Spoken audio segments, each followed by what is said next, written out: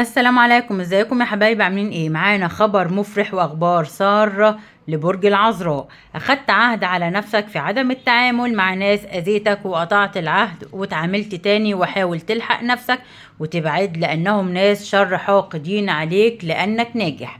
بينك وبين ربك حاجة حلوة جدا استغلها في فعل خير، وفرصة حلوة جدا عندك لإعادة العلاقات الطيبة مع معارف أو أهل. خبر حلو كنت تنتظره إن شاء الله هيتحقق ويكون بين إيدك قريبا جدا جدا إن شاء الله.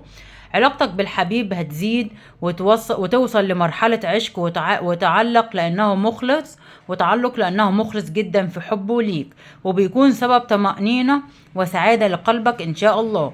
تعاملات مالية في صالحك جدا الفترة القادمة بأمر الرحمن. خروج شر من بيتك كان سبب خمول وكسل عندك الحمد لله.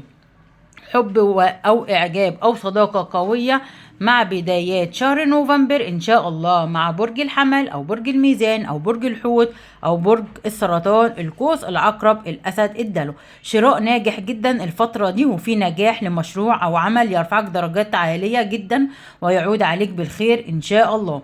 وبكده يكون ده الخبر بتاعي، أخبار سارة لبرج العذراء، ورسالة ليه مش تنسوني في اللايك والشير والسبسكرايب وتفعيل الجرس علشان يوصل لكم مني كل جديد، وعيلتي صغيرة تكبر بيكم يا أحلى متابعين ومشاهدين القناة. ولغاية ما أرجع لكم بفيديو آخر أسيبكم في رعاية الله وأمنه، والسلام عليكم ورحمة الله وبركاته. لايك وشير وسبسكرايب لأحلى أخبار لبرج العذراء.